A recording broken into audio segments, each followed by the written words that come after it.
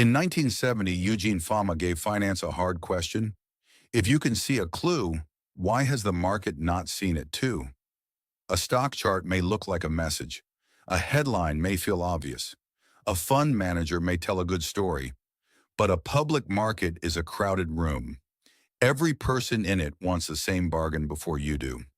Fama's efficient market hypothesis does not say prices are perfect. It says public information is fought over fast. If an opportunity is visible, simple, and profitable, competition should push it into the price. This is why the idea feels insulting.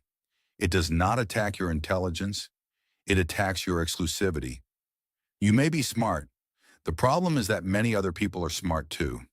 They have capital, they have data, they have incentives, they read the same filings, they hear the same call, they want the same excess return. That idea built the intellectual case for index funds. It built the event study. It built modern performance measurement. It made alpha a burden of proof. So the question is simple. When you say the market is wrong, what exactly do you know that the price does not? Before Fama, investing had plenty of clues. Analysts read reports, chartists drew patterns, brokers sold stories. A stock that had gone up looked strong. A stock that had gone down looked weak. The hard problem was not whether smart people existed. They did. The problem was whether public clues still worked after everyone could trade on them. In the 1960s, Chicago had the right tool. The Center for Research and Security Prices, called CRSP, turned stock history into testable data. Fama used those data to ask whether past prices could predict future prices. The answer was mostly no. That is the random walk idea. It does not mean prices are nonsense. It means tomorrow's price change depends on tomorrow's news. It should not depend on a chart pattern everyone already sees. That distinction matters. Fama was not saying prices are calm. He was saying they are hard to forecast from stale clues. A market can jump, crash, and look wild. It can still be efficient in this narrow sense. The wildness may be the price reacting to new information. The question is not whether the line is smooth. The question is whether the old line predicts the next move. For investors, that is a painful result. It means activity can feel like control without adding much control. Buying because a line just broke upward may feel disciplined. Selling because a line just broke downward may feel prudent. But if the pattern is public and cheap to trade, it must be a room full of people using the same pattern. That is a high bar. Think of a supermarket pricing mistake. A $100 bottle is marked at $10. The first shopper buys one, the next buys a case. Soon the shelf is empty. In markets, the shelf reprices all day. That is Fama's insight. Efficiency is not wisdom. Efficiency is pressure. Fama gave that pressure a grammar.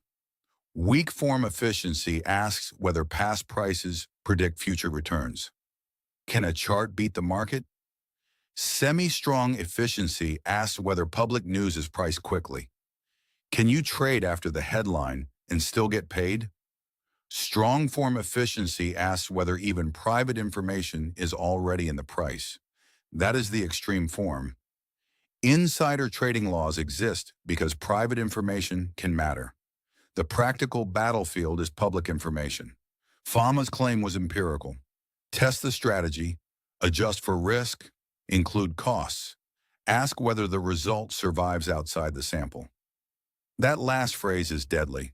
Many investing ideas look brilliant in the sample where they were found. Then they fade.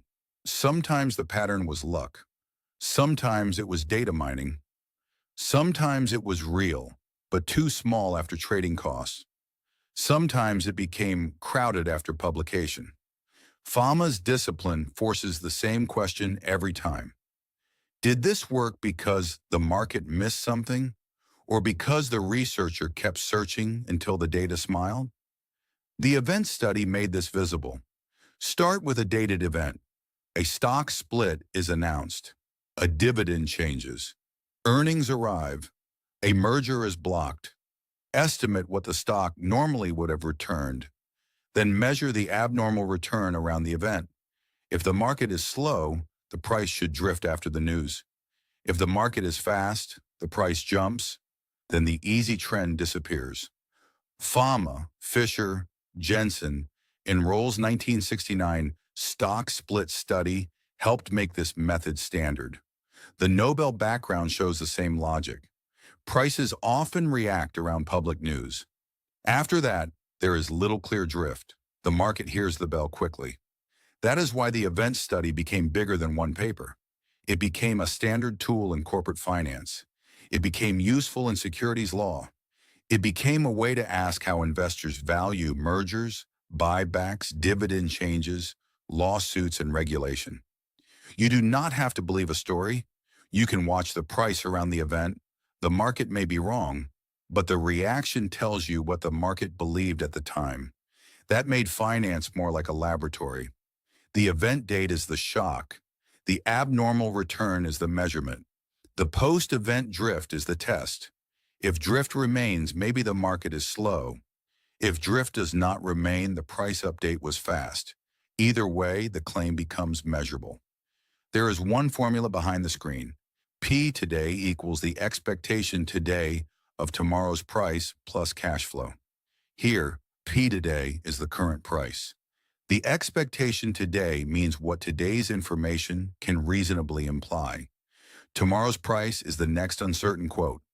Cash flow is the dividend, coupon, or payoff the asset may deliver. The formula is not magic, it is discipline. Today's price should already reflect today's public information. That is why easy alpha is hard. Alpha means return that remains after the right benchmark has been paid. It is not just winning. A high-risk portfolio should win in a rising market. A small value portfolio may earn a known factor premium.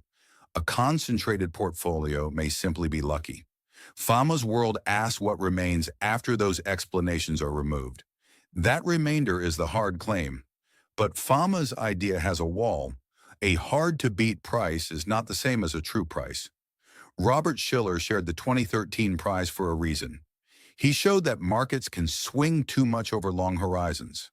Valuation ratios can matter over years. Bubbles and crashes can happen. Both claims can be true. Fama can be right that tomorrow's stock move is hard to predict. Shiller can be right that long-run prices sometimes wander away from fundamentals. The second wall is the joint hypothesis problem. You cannot test efficiency alone. You test efficiency together with a model of normal returns. Suppose value stocks earn more. Is that mispricing? Maybe. Or maybe value stocks carry a hidden risk that investors demand payment to bear. The data rarely confesses on its own. Fama and Kenneth French changed the language here. CAPM said market beta should explain expected returns. Fama and French showed that size and book-to-market helped explain average returns better. That did not end efficiency. It made the benchmark tougher. A manager cannot call every excess return alpha. Some of it may be factor exposure. This is one of Fama's most practical gifts. He made performance harder to brag about. A fund can beat the S&P 500 and still fail the deeper test. Maybe it owned smaller stocks. Maybe it owned cheaper stocks. Maybe it loaded on risks that were already known. The question becomes, what did the manager add after the factors did their work? The third wall is arbitrage. In a textbook, a wrong price is easy. Buy the cheap asset. Short the expensive one. Wait. Collect the spread. Real markets are harsher. You need capital. You need borrowing capacity. You need client patience. You need time. A mispricing can get worse before it gets better. A trader can be right and still be forced out. Imagine a stock worth $100 trading at 70. You buy it. Then fear hits the market. It falls to 50. Your investors pull money. Your broker cuts your credit. You sell before the price ever returns to value. The market was wrong. You were right. You still lost. That is why markets are inefficient is not enough. You need a trade that can survive the path. That is why the honest Fama lesson is not stop thinking. It is respect the opponent. The market is not a wise professor. It is a crowd of armed competitors. Sometimes the crowd panics, sometimes it is euphoric, sometimes it is forced to sell. But before you call it stupid, bring evidence. Now turn the idea into a trade. First, own broad market exposure cheaply unless you can name a reason not to. The average active dollar owns the market before fees. After fees, the average active dollar lags. That is not ideology, it is arithmetic. Second, treat every active bet as a claim about edge.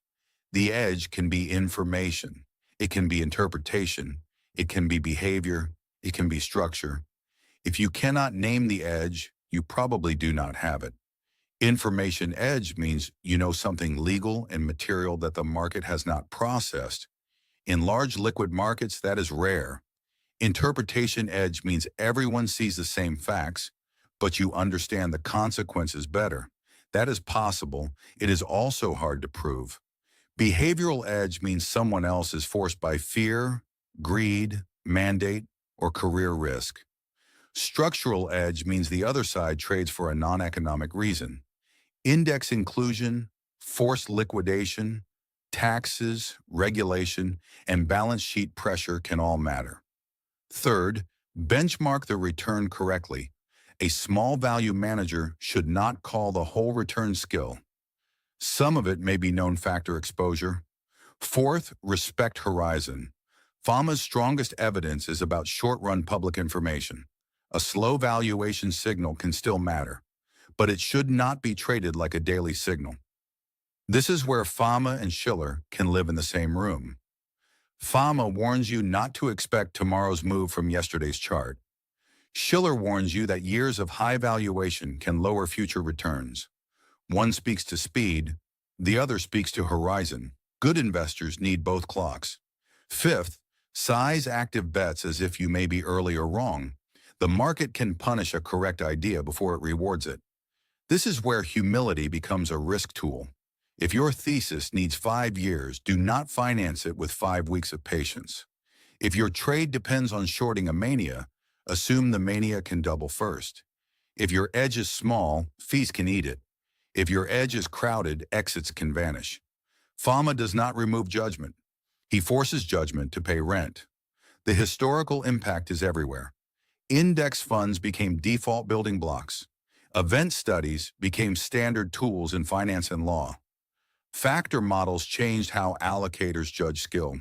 Fama did not prove that markets are always right. He proved that the market is a hard opponent. That is the useful version. Price is not truth. It is a crowded estimate. That idea helped turn low-cost indexing into financial infrastructure. It made alpha a burden of proof. Tomorrow, before paying for an active strategy, ask 3 questions. What edge does it have? Why did the market miss it? And does it survive fees?